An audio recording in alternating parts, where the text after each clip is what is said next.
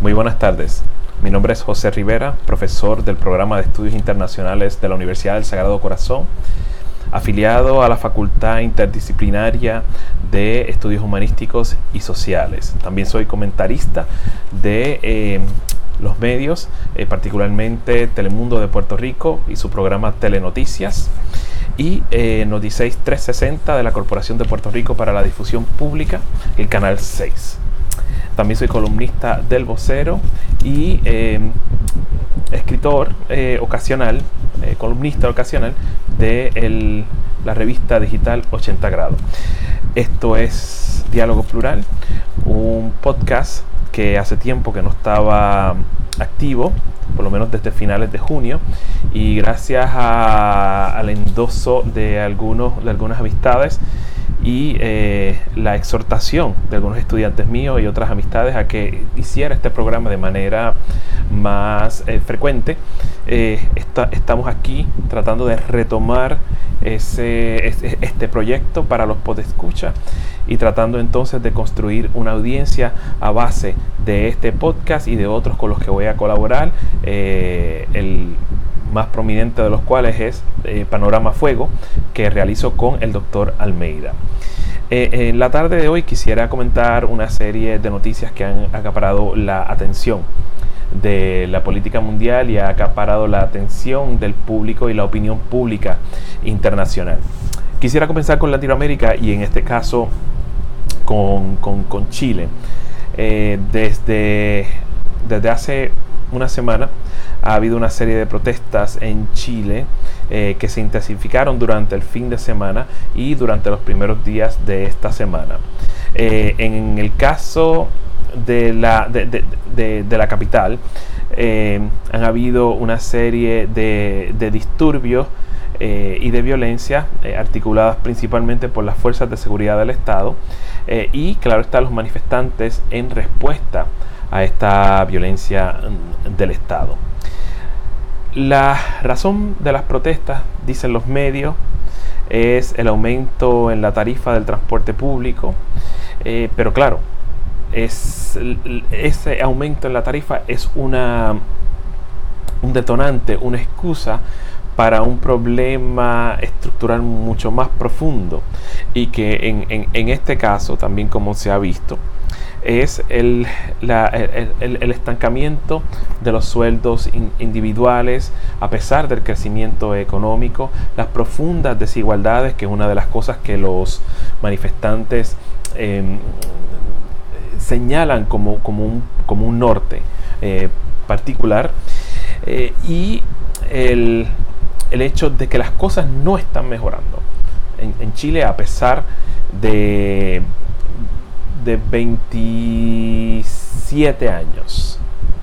29 años de retorno a la democracia. Lo más que llama la atención de esto es la declaración del presidente Sebastián Piñera diciendo que están en guerra. Ciertamente hay problemas en Chile, pero de eso a decir que están en una guerra denota una mentalidad de búnker que también demuestra lo distanciado que está este billonario presidente de la opinión pública, del resto de los chilenos, y de cómo mirarlo de manera desafortunadamente maniquea, ¿verdad? Para un conservador, para un ultraconservador, este tipo de problemas se ve en términos de blanco y negro. Estoy los afortunados como yo, y está el resto de los chilenos, o en este caso, ¿verdad? Como han habido algunos comentarios reaccionarios tanto en las redes sociales, en Twitter y en algunos medios que publican escritos de la derecha, es una minoría izquierdista, comunista, socialista, que simple y llanamente quiere distorsionar Chile, que quiere desencajarlo, que quiere desequilibrarlo, y claro, estas personas no ven que hay otras cosas que están desequilibrando, que están desencajando a Chile. Y fueron las cosas que reiteré, ¿no? La desigualdad, los salarios, el hecho de que las cosas no van bien para algunos chilenos a pesar del crecimiento económico, y que hay unas brechas profundas en términos socioeconómicos, en términos culturales también, y sobre todo con el discrimen. Ahora recientemente leí unos artículos muy reaccionarios describiendo esto, sobre todo y particularmente en el Panam Post. En este caso, un trabajo, bueno, debo decir un escrito de Mamela Fiallo Flor, en donde habla en tonos conspiracionistas sobre la toma de Chile o la pretensión de tomar Chile por parte de los comunistas, los socialistas, y tratar de emular en ese sentido el modelo bolivariano de Venezuela. También habla de Ecuador y de otros lugares. Otra columna que también me llamó muchísimo la atención por lo desagradable que era, es la de Macario Schettino,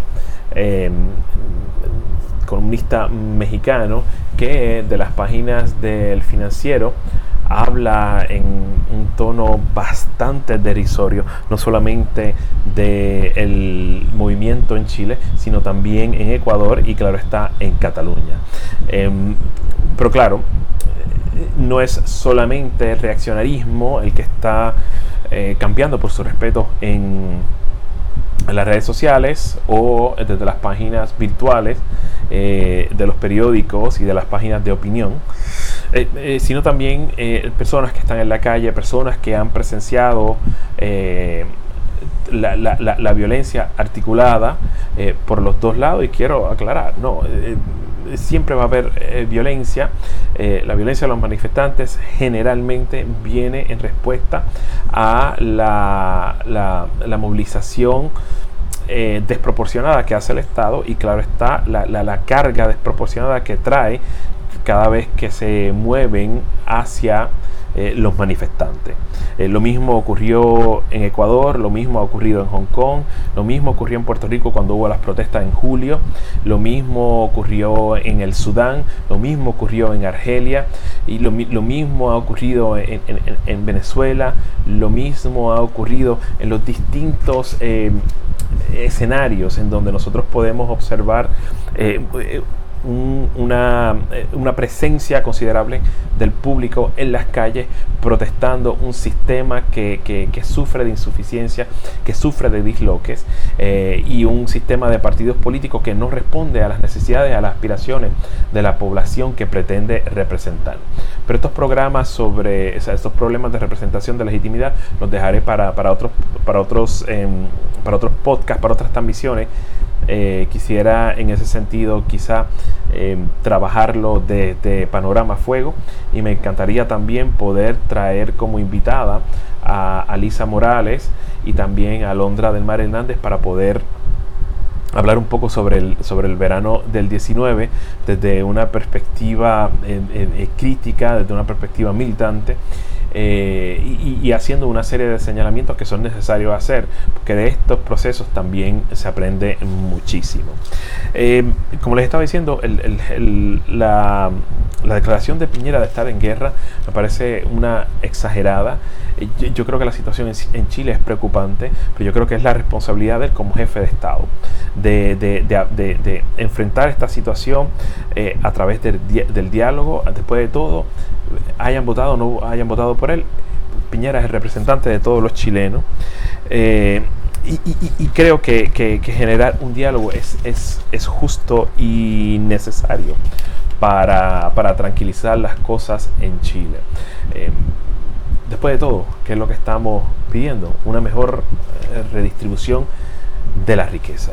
Así que hay que tener mucho cuidado con lo que se dice, sobre todo en el caso de Chile, donde la memoria colectiva todavía está curándose las heridas de la dictadura.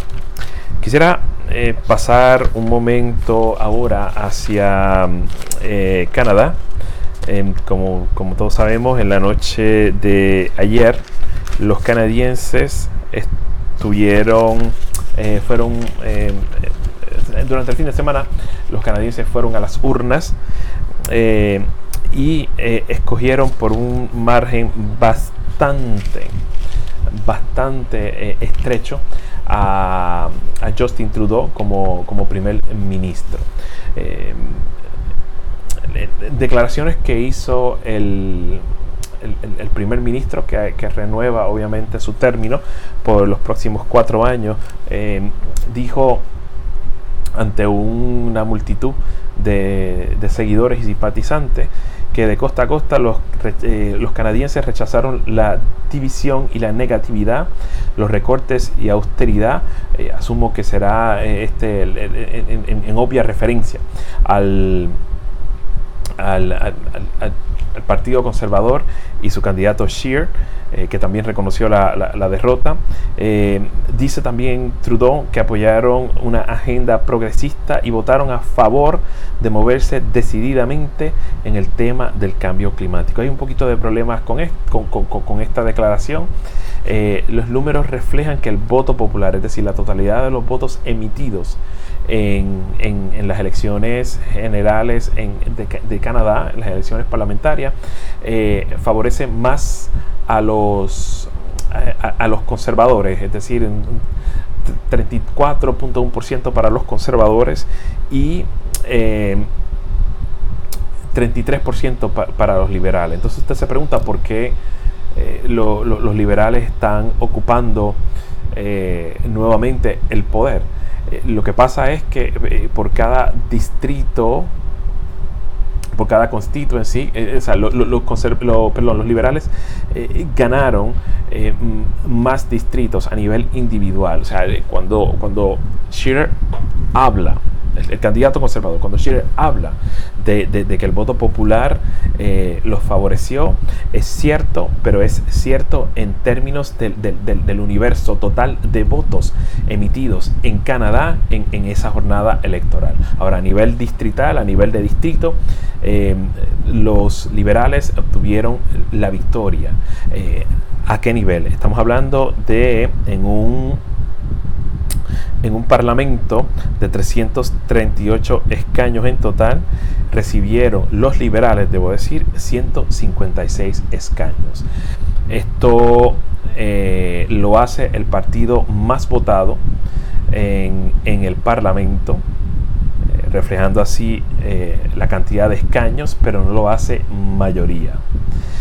Para ser mayoría se necesitan 170 escaños. Es decir, la mitad más 1. O sea, 169 es exactamente la mitad de los escaños en el Parlamento. La mitad más 1, 170, de escaños es lo que se necesita para tener una mayoría. ¿Qué quiere decir esto en ese sentido? Que Trudeau, aunque obtuvo un segundo término, va a dirigir un gobierno de minoría. ¿Y qué quiere decir esto? Que los partidos de oposición, sea el conservador, sea el partido Nueva Democracia, que es una centroizquierda, sea el Partido Verde y sea también otro de los grandes ganadores de esta jornada, el Bloc Québécois o el bloque quebequense. Todos y cada uno de estos partidos, más los verdes y los quebecuas que los conservadores, van a votar por issues con el gobierno. Y en ese sentido tendrán que el gobierno liberal de Justin Trudeau va a procurar entrar en negociación con estos partidos, no para crear una coalición. Ya se asume, ya los periódicos y los medios canadienses asumen que estos son gobiernos, que Trudeau va a estar al frente de un gobierno de minoría, sino para entonces determinar cuáles son los issues importantes para ambos partidos, llegar a algunos acuerdos, limar asperezas para que entonces la votación en el Parlamento pueda ayudar a los liberales a implementar las reformas. Claro, todo esto va a venir con un costo considerable para los liberales. Asumo que en el caso del New Democratic Party, ¿verdad? El Partido Nueva Democracia, va a exigir entonces acción genuina y concreta alrededor del cambio climático. Eso colocará entonces a Jagmeet Singh, el líder de los nuevos demócratas, en una posición considerable. Igual también el Bloc Québécois tendrá una considerable un considerable apalancamiento, es decir, leverage, con relación a los issues particulares de la provincia de Quebec. Y claro está, los conservadores estarán pisándole los talones alrededor de distintos issues de la campaña. Harán una presión enorme con relación a esta cuestión del cambio climático, porque la gran mayoría de los conservadores representan las provincias del oeste, provincias que dependen de la industria petrolera. Como ustedes saben, Canadá es un país productor de petróleo, especialmente en la provincia de Alberta, y será entonces será entonces uno de los portaestandartes de esa industria y de aquellos constituyentes que dependan de esta industria, sobre todo en términos de salario, en términos de los trabajos. Así que hay que estar bastante pendiente de esto. Otros detalles que quisiera hablar es que ya había mencionado que los conservadores están adelante en el voto popular. Tanto el Partido Conservador, ya esta vez lo dije, pero lo quisiera reiterar, tanto el Partido Conservador como el Bloc Québécois, como el Partido Verde, se vieron favorecidos con un aumento de votos para sus partidos. Y esto también refleja que el cuatrenio pasado, del que Justin Trudeau apenas salió airoso, fue uno extremadamente plagado de problemas. Además está decir que en la campaña le dio trabajo a Trudeau inspirar a los electores para su reelección, y claro está, la figura la figura mística, esa gran figura mística y carismática que Trudeau trató de proyectar en las elecciones de 2015 ha desaparecido por completo. Hubo comparaciones con respecto a su padre, Pierre Trudeau, que fue un ministro bastante popular y que estuvo mucho tiempo al frente de Canadá, y se hablaba de una segunda etapa Trudeau, de un segundo régimen Trudeau, y eso pues aparentemente no va a ocurrir, o por lo menos no va a ocurrir de la manera que él se lo pensaba, lastimosamente. Por lo tanto, estos 10 años de Stephen Harper, el antecesor a Justin Trudeau, primer ministro conservador, y ese auge y esa alza de la figura de Trudeau terminó en ese sentido menoscabada. Este cuatrenio estuvo plagado de problemas, el más grave de los cuales, si lo podemos considerar así, se dio en el último mes de la carrera eleccionaria, que es las revelaciones en términos de fotografía de un momento en el que en una fiesta el primer ministro Trudeau, ejerciendo su profesión de maestro, obviamente más joven, se pinta de negro toda la cara, lo que el fenómeno se llama blackface o brownface, que hoy día en estos tiempos donde tenemos que ser mucho más cuidadosos y velar por las sensibilidades de grupos étnicos y raciales que históricamente han sido discriminados, que históricamente han sido rechazados, que históricamente han sido tratados como ciudadanos de segunda y tercera clase, pues fue un gesto insensible, un gesto evidentemente racista, por lo cual el primer ministro se ha disculpado, pero obviamente el público lo perdonó a media, y claro está, las minorías étnicas y raciales de Canadá señalan que esto es un issue recurrente que lamentablemente, a pesar de la buenas intenciones, que tiene Justin Trudeau, pues obviamente quedan en entredicho precisamente por este acto desacertado de pintarse la cara de brown o de negro y emular un personaje, haciendo con ello o pretendiendo con ello burlarse de las minorías étnicas y raciales. Y dice mucho también de un país que se precia de la tolerancia hacia las minorías étnicas y raciales, que el primer ministro, que es el que ha abrazado esta agenda, haya aparecido fotos que denotan precisamente lo contrario. También señalan politólogos, estaba leyendo un artículo de Guardian, señalan algunos politólogos y analistas de la política canadiense que la arrogancia de los liberales, la actitud de que se sienten con derecho, ha creado una antipatía hacia ellos enorme, ¿verdad? Se creen con derecho en el sentido en inglés de entitlement.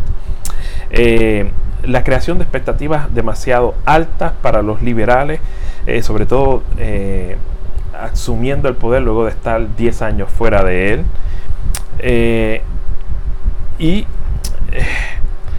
la poca acción sobre el derecho de los indígenas, la acción en torno al ambiente, y la poca acción en torno a la justicia racial. Por lo tanto, esta jornada electoral, como dicen los analistas en el periódico, y también el señalamiento que se hizo en el periódico anoche, en el Washington Post, la jornada electoral expresó un descontento profundo entre los canadienses. Los logros que ha tenido la administración liberal son logros menoscabados, principalmente el aumento en los beneficios a infantiles, un impuesto al carbono que quedó menoscabado precisamente por el hecho de que el gobierno canadiense compró una línea, un oleoducto que llevaba petróleo de Alberta hacia las provincias del occidente, del oeste de Canadá, contradiciendo en ese sentido su mensaje ambientalista. Quisiera también quizás el escándalo que más terminó lacerando la imagen impecable de Justin Trudeau fue el escándalo hace varios meses atrás de la constructora, la firma de ingeniería SNC-Lavalin, sobre todo la alegación de interferencia impropia de parte del primer ministro y sus ayudantes, para que se dejara a un lado la pesquisa, para que se suspendiera las pesquisas para poder otorgarles contratos. ¿Qué pasa con SNC-Lavalin? Esta compañía, que también tiene contratos en el extranjero, en un momento dado estuvo envuelta en un esquema de sobornos que incluía el gobierno de Muammar Gaddafi en Libia. La ley canadiense dice claramente que empresas que han estado envueltas en esquemas de corrupción no pueden tener contratos con el gobierno, y eso la ex procuradora general, lo que sería el equivalente al secretario de justicia aquí en Estados Unidos, la ex procuradora general Jody Wilson-Raybould, parlamentaria por Vancouver, y obviamente cercana en ese momento a Justin Trudeau, fue enfática en dejar saber que SNC-Lavalin no tendría contratos con el gobierno, por lo cual entonces la oficina del primer ministro Trudeau y sus ayudantes la presionaron enormemente. Esto creó una brecha enorme en términos políticos, pero también en términos personales, porque ellos eran amigos, una brecha enorme de confianza entre Wilson-Raybould y Trudeau,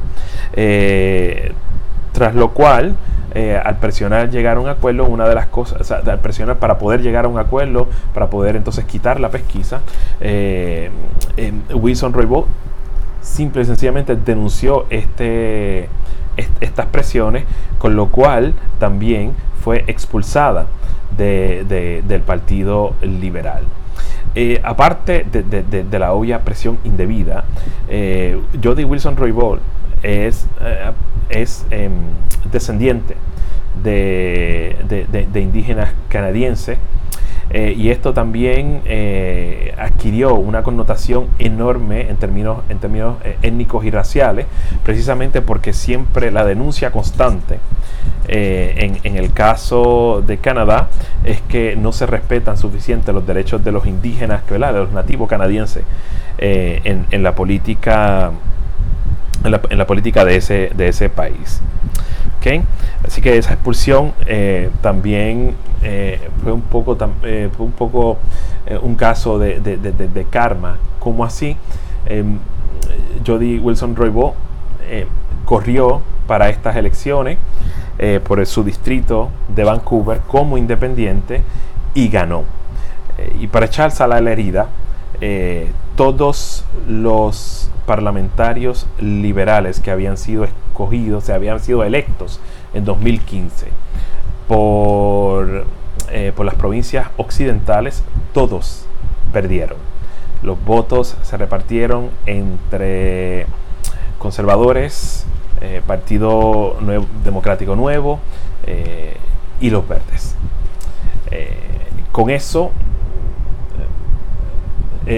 Trudeau perdió una parte considerable de su gabinete, lo cual entonces hace que esta victoria, si es que lo podemos llamar así, sea una pírrica, sea una extremadamente agridulce, y con la elección de Wilson-Raybould posiblemente una lección de retribución política que probablemente lo acompañará por el resto de su nueva administración.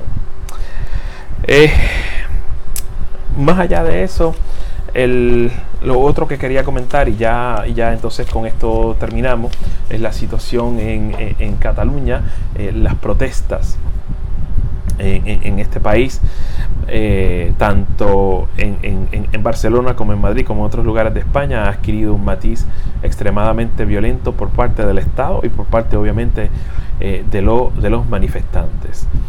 Las condenas de prisión entre 9 y 13 años de los líderes independentistas, los que estuvieron envueltos en el proceso anterior, la pretensión de condenarlos por el delito de sedición y conspiración,